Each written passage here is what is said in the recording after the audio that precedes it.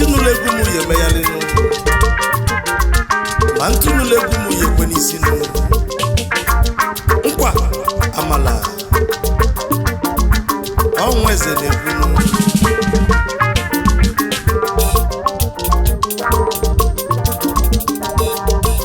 egwu bụ anwụle maka ejiri nye nwayọ nwayọ haba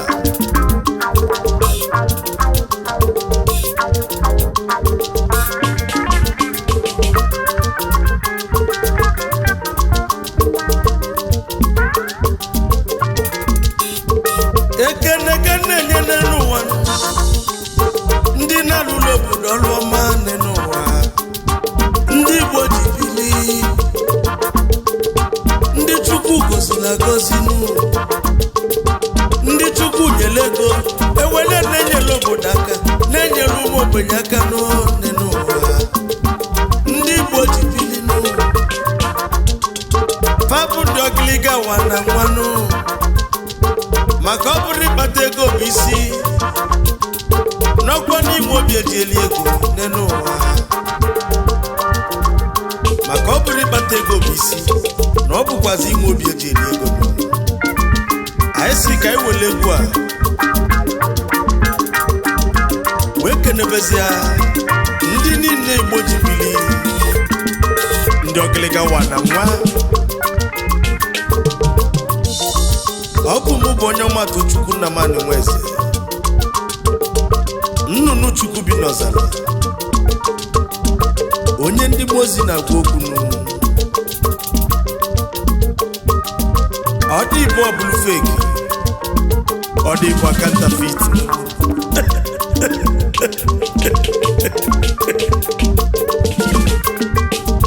ọ mmadụ bụ n'afịa azụrụ n'ụlọ ka nje ga na-ebeze ndị eji bili n'ime anyị ga-agba n'ụzọ erika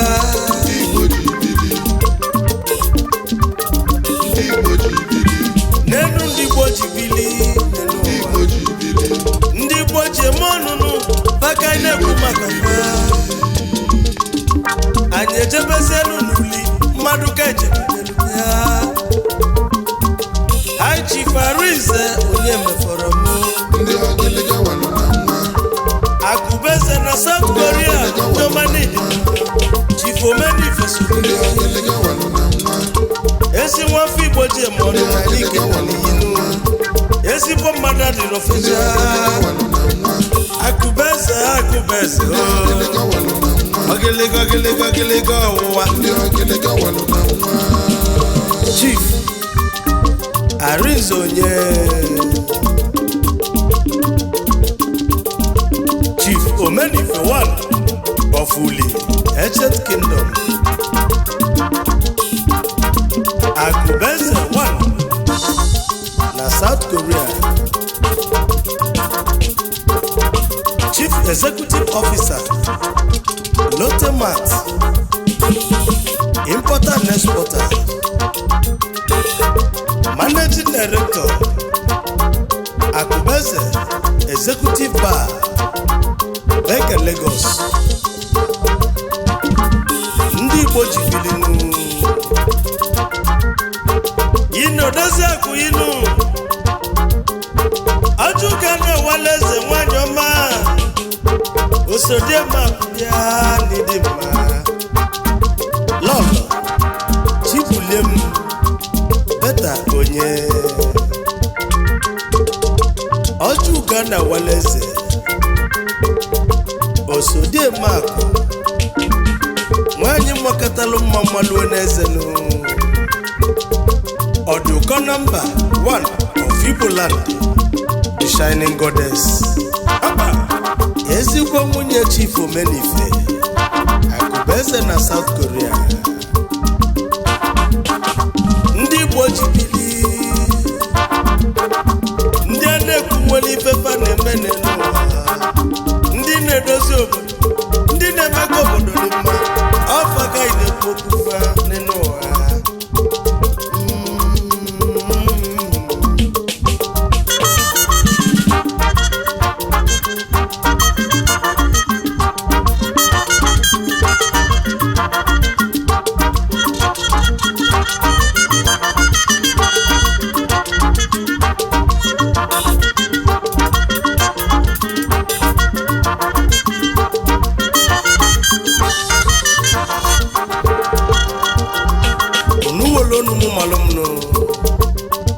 Tochukwu Nnamani Nwaeze haba ije na ọka n'otu Onyeoma Biafumanya ọga imelu ụmụ Igbo na Dubai nyega Dubai ije ekwu okwu ijele Onyeoma nwọlọdụ kike na akpọnụ jena Anambra n'ịdị mma ọ bụrụ isi zuru ọrụ ọnụ Onyeoma Bili jena nwọlọdụ Igbo Onyeoma n'ịdị mma anyị ekeneze n'odogwu Igbo chibiri High Chief Chinedum Daniel aka Ijenoka North aka Ọbụlisi zuru ọrụ ọnụ one of Amanuke Ojenda Anambra na India Onyeoma Warlord Ikukwego na Dubai Chief Executive Officer Emerson Worldwide Oya dili na mmanụ ezigbo oyi Onyeoma Tochukwu Onyeoma na Mubia Dubai na-ekwudo Warlord nkwa amala mmadụ ka nchekwube jebe America Washington DC Canada ofu nwe dibula na efi Biafumanya onye ka na-ekwuzi ya Risugo Mega Biafumanya n'isobilinu nwa mmasị baba aka Chukwu dị ya nwatu gobe n'enwe ndị mmadụ anọrụ n'ogbuli weneselu mmiri n'ụwa iso na ndị Igbo ji bili n'ịdịkwa anyị ekenezianụ Prince Ugo Omega nwa maazị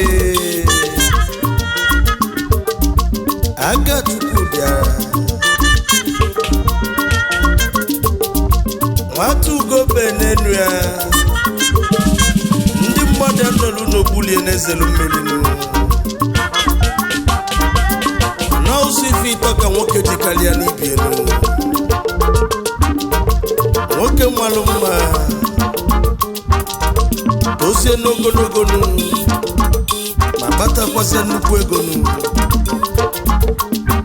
Ugo Omega nwere ife niile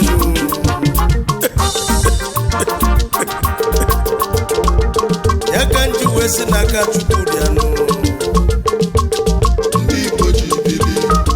ezi nwa si dị atọ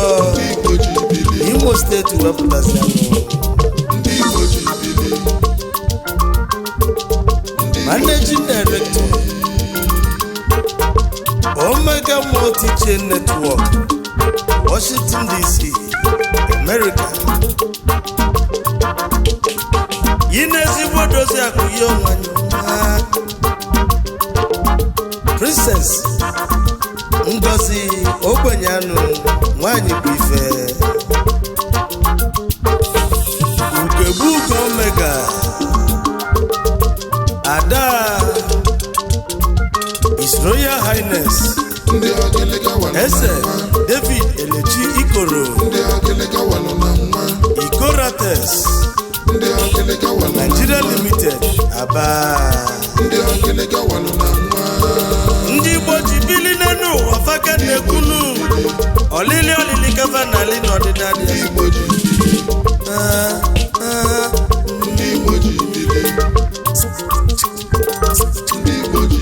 ọ bụ Nwaeze na-ekwu okwu egwu dị n'obi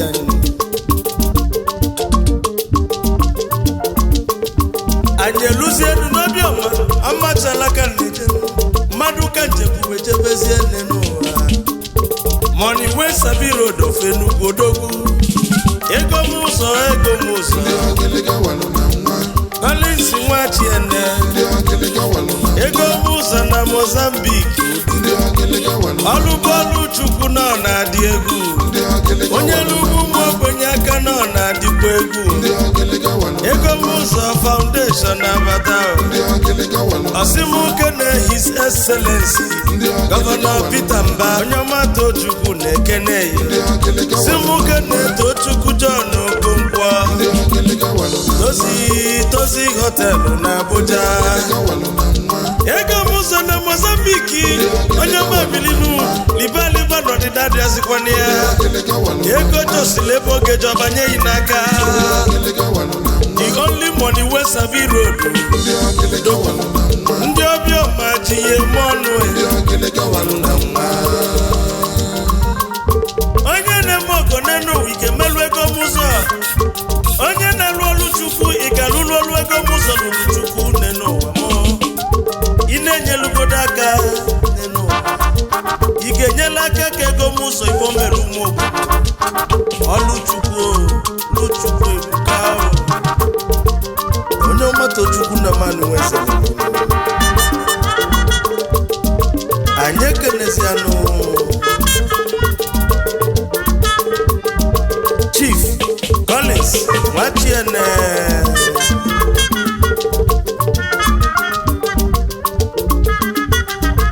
ego ụzọ 1 na Mozambique Money wey sabi road of Obioma Amachala ezigbo nwa na-alụ ọlụ Chukwu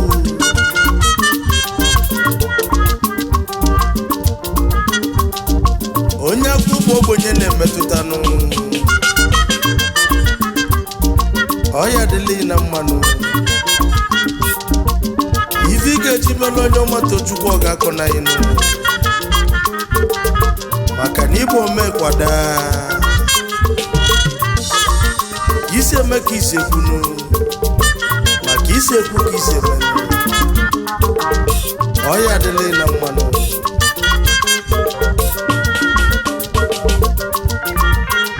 anyị ejebezie na abedem dị na Nsụka mmadụ ka njekwubelu bata abedem Chief Oliver Chibike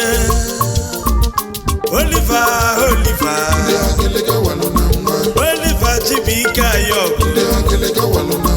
Nwachimeleze na Mozambique Odogwu na Tanzania Oliver ego nọ na-adị egwu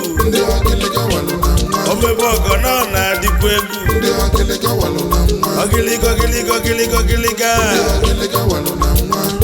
Nwachimeleze na Mozambique n'isobilinu ọgaranya nwere ego ma ọ dị mkpọtụ Odogwu na Tanzania ụmọgọ nke imela maka n'enu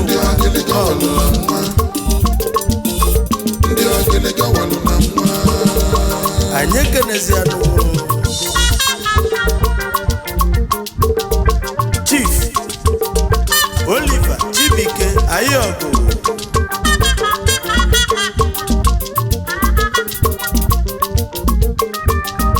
Nwachimeleze na Nsụka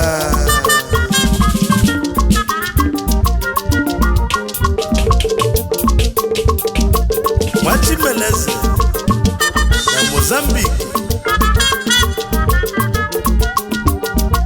Managing Director Only Bros Collection Worldwide Odogwu na Tanzania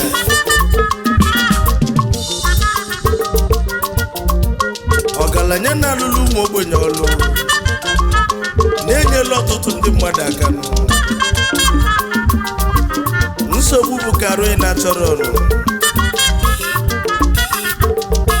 ọgaranya na-eri ego obi abụla sọsọ anwụrị Nwachimeleze na Nsụka wee kwuo wesio maka anyị na-eli na-alacha aka onye ọbụla elofukwa na Chukwunu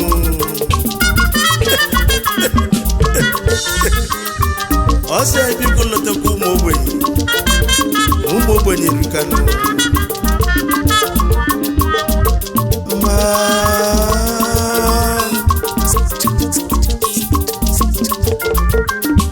anyị eluonu na Mexico mmadụ ga-echekwube ijele Mexico bịa fụ mmanya udogwu na Mexico oke mmọnwụ na Mexico bịa Uchechukwu Kinsilo bịa nika signboard ụmụ Igbo na Mexico aka na-emelu ụmụ ogbenye ọgọ Onyeoma Tochukwu na-ekene eyo unu nwa na ijele na mmọnwụ ọzọ adagba na mmanụ ijele Mexico adresị ndị agụlụzọ Igbo ịnanị ọcha Onyeoma Tochukwu na-ekwunyela inu ụmụ Igbo ji ihe mmanụ na Mexico Chief Uchechukwu Kinsili Obianika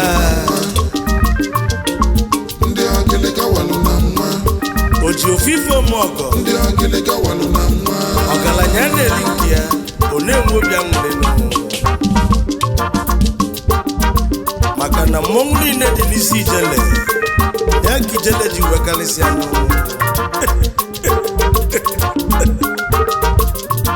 Ogiriga wali na nwanụ ofu nwa Igbo ji mmanụ na Mexico Onyeoma Tochukwu ekene inu Chief ọsọ Prọfesọ Antoni Ike Benu Mezuke Ogiriga wali na gbogbo ego Igbo Maliyama Mazi Odozi akụ ya mama ọdị ofu oji moto ma ọ ga-abịa nwanyị iji ala ati agwọ ya tina asụmendụbụ ọgaranya odogwudogwunu egwuru babụ elisi Onyeoma Tochukwu na-ekene unu anyị ekenebezianụ ndị Igbo ji bilinu na Dallas, Texas, America Super High Chief also Prof Antoni Ike Ben Mezuke Ogbuefi ọzọ umendụbụ ọgaranya Ogbuefi eze ọdịnala ndị Igbo Wara na Dallas, Texas, USA Ogbuefi eze Igbo Ụdọakụ mmiri gburu kenelu Odozi akụ yi Mama Dallas nwanyị ọma mama ụwa niile nne ụmụ ogbenye abata Latinu Mezuke anya bụrụ ọfụ ji afụ ụzọ nwanyị bata ọgbọ nọ na-adị egwu ikwulu ọtọ nọ na-adị egwu Onyeoma Tochukwu na-ekene eyi Honorable Chief Mrs. Lola Tina Ogo Prof Mezuke Lola Odiofu Worldwide anya Prof ji afụ ụzọ Mama Dallas ojialati agwọrịa oji efi eme ọgọ nwanyị ọma Lola Tina oji moto ma ọ ga-abatago oji efi eme ọgọ ojialati agwọrịa mama ụwa niile m ekene osisi ọmọlivu pụrụ n'oshọn ipu n'oshọn haba nne ụmụ ogbenye na-enyelu ndị ụwa na-atụ n'ọnụ aka nne nne enyelu obodo aka osisi omolivu bụ n'oshọn nsobili Onyeoma Tochukwu ekene ile kelụla maka ọya dịlunu na mma Ogiriga walunu na nwa mana ndị Igbo ji bili ka anyị na-ekwu maka fanụ Onyeoma Tochukwu Nnamani Nwaeze nọ n'egwu n'enu ndị Ogiriga wa na nwanụ n'enu ndị Igbo ji bili ndị Ogiriga wanụ ndị Igbo ji bili ndị Ogiriga walụ na nwa gọọmenti abata ndị Ogiriga walụ na nwa aka na-ele goolu dị mma ndị Ogiriga walụ na nwa ojigodo eme ọgọm gọọmenti ndị Ogiriga walụ na nwa Onyeoma Tochukwu abata egwu ndị Ogiriga walụ na nwa ka ijebenu na nke gọọmenti ndị ọma ndị Ogiriga walụ na nwa ebe a na-elezigbo ọla n'enu ịfụzi okwuba anyị ndị nwere ebe ndị Igbo ji bili na-eje ụmụaka Ogiriga wa na nwa ụmụ Igbo nwere ife ebefa na-eje ingọlimenti egwu eji Chief Izuchukwu Ụbabuko Ingoliment Gold Ojigode Mogo 1 of Igbo land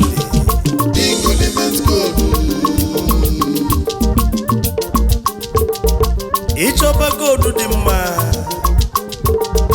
ọla olu ọla aka nke ntị na nke ụkwụ gbala ọsọ jebe na nke Ingoliment o nwere ngalaba ebe dị iche iche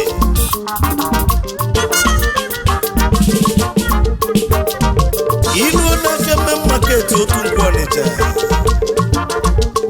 gbazie ese Ingoliment Gold nọmba 1 ruo Shoprite Ọnịcha Ingoliment Gold nọgwazi ya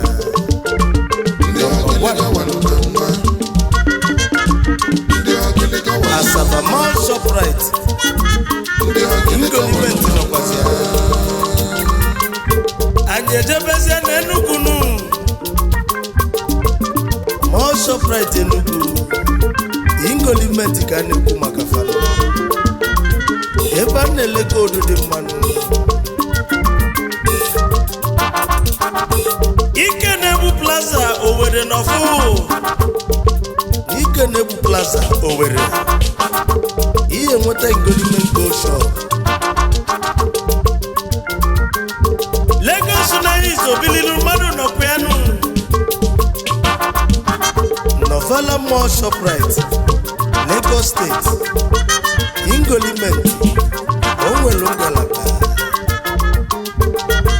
Ingoliment ejezugo ụwa niile ndị Igbo ji bili maka na Abada nwere onye ọ na-ekwesị ikesi ekike dị mma chọsịa mma okeshọn iwere ọla dị mma ikokwasị n'onu iwe jebe ebe ị na-eje Onyeoma Tochukwu asem arụgo bụ ego n'ụlọ nkwa amala ebulu m egwu m wee jebezie n'Amerika Dallas Texas ka nọ n'ekwunu ụmụ Igbo ka nchekwube bata Dallas Onyeoma Tochukwu abatagoro ka nkene ndị Igbo ji bili n'Amerika ndị Ogiriga wa na nwa n'ụwa ndị Igbo ji bili ndị Ogiriga wa na nwa n'ụwa ndị na-enyelu ụmụ ogbenye aka maka ọ bụrụ ịkpata ego bụ isi na ọkwa n'inwe obi eji ele ego Onyeoma Tochukwu nọ n'egwu ọgwụ na afụgo ndị anyị ji eme ọnụ Super High Chief bịakene aya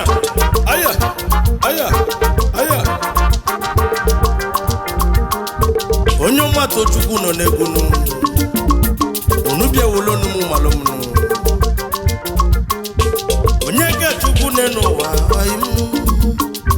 onye ka Chukwu n'ụwa onye ka Chukwu nọ n'ụwa onye ka Chukwu n'ụwa Chukwu ka mmadụ ka onye ụwa uche mmadụ bụrụ uche Chukwu n'ụwa ndụ bụ isi o ndụ ka Chukwu n'ụwa ọsọ pụ n'Enugu ugwu o mechara iri ofu ụbọchị odogwu Chief Onyeka Michael Ifeakanụ Onyeoma Tochukwu na-ekene yi ọzọ akụdo ofu mbata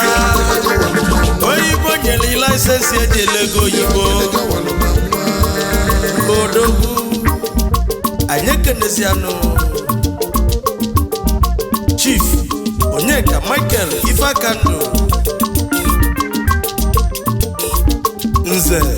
akụdo ofu mbata ọzọ n'Enugu ukwu o mechara iri ofu ụbọchị Ogiriga nwanyị na nwa gbogbo aka Chukwu dị n'arụnụ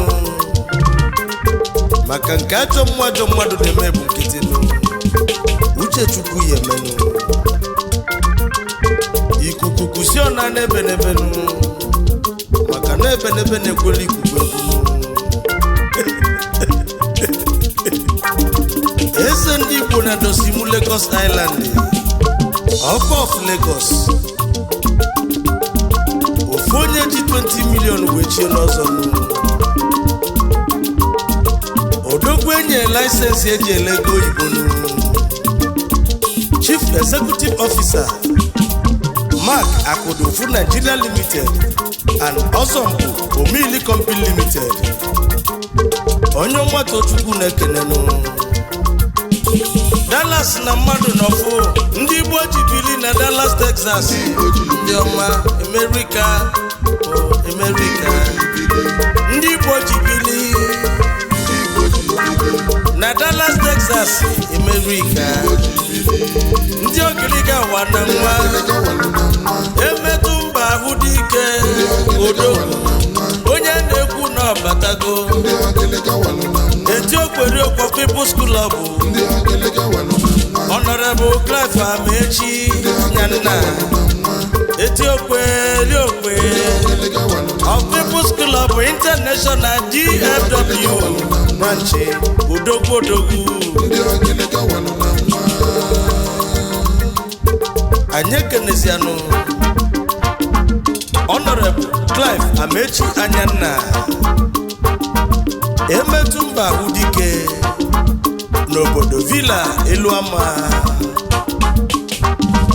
Etiokperi Okwe of People's Club International DFW branch Texas Agujegbe of Coal City Social Club Dallas, Texas branch Chairman CEO of Maxim Group of Companies Importer and Exporter Dallas, Texas and also CEO of Adoration Home Care Inc. Dallas, Texas n'ezigbo dozi akụghị ezi nwanyị dụkọ Chimara Anyanna ezigbo dozi akụ Igbo Patient Chimara Anyanna Achalugo 1 ezi nwanyị dụkọ Igbo land Osodieme n'obodo Villa Eluama Isikwuato Local Government Abia State Nigeria President CEO of Alpha MK Healthcare Inc. Dallas, Texas and Maxim Fashion Broadcast Oya Dilono na mmanụ ndị Igbo jikọrọ na Dallas, Texas, USA.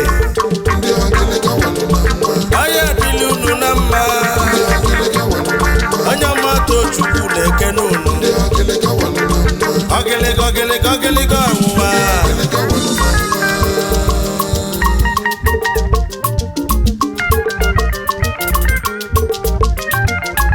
kedu maka nwata kwọcha na Dubai Prince Samuel Alago Ojivise Mogo na Dubai nkwa amala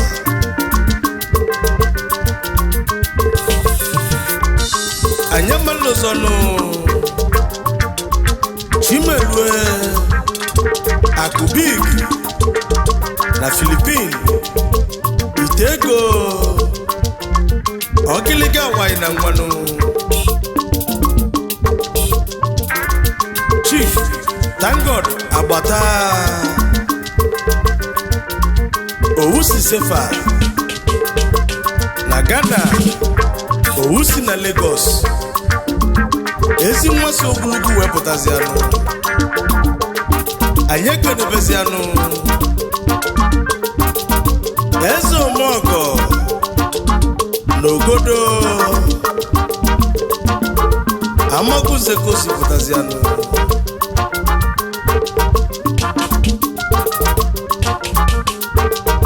anyị wa king sobilizienu Chief Okechukwu Nwachukwu anyị wa king na amagunze ọfịa bụlagụ onye buchi nwoke nwa ọfịa China nwanne Atama wawa Atama China oyi bụ nwanne m Injinia Patrick Jerry ọnụọgụ ibe Bili oji anya eme ọgọ gaba n'iru oni dị mma enyi ọha na ngwo ọzọ Chinyelugo 1 na Mbulubu Managing Director First Choice Afro Villa Limited unu ji anya eme ọgọ unu na-ele anyị dị mmanụ Simito Chinedu Nnamani egbeje ego Bilinu ezi nwa gbani gaba n'iru egbeje ego na Dubai onye ji igu ndị Igbo ji Bili n'ụwa ka na-ekwunu ndị na-agbọrọfụ na-ewe n'iwe na mmadụ bụbanụ ekene ka na-enye n'ụwa Ogiliga walụ na nwa. ndị na-alụlụ obodo ọrụ ọma Ogiliga walụ na nwa. ndị Igbo ji Bili Ogiliga walụ na nwa. ndị Chukwu goziri agozi Ogiliga walụ na nwa. ndị Chukwu nyere ego ewere na-enyere obodo aka na-enyere ụmụ ogbenye aka Ogiliga walụ na nwa. ndị Igbo ji Bili Ogiliga walụ na nwa. fabụ ndị Ogiliga wa na nwanụ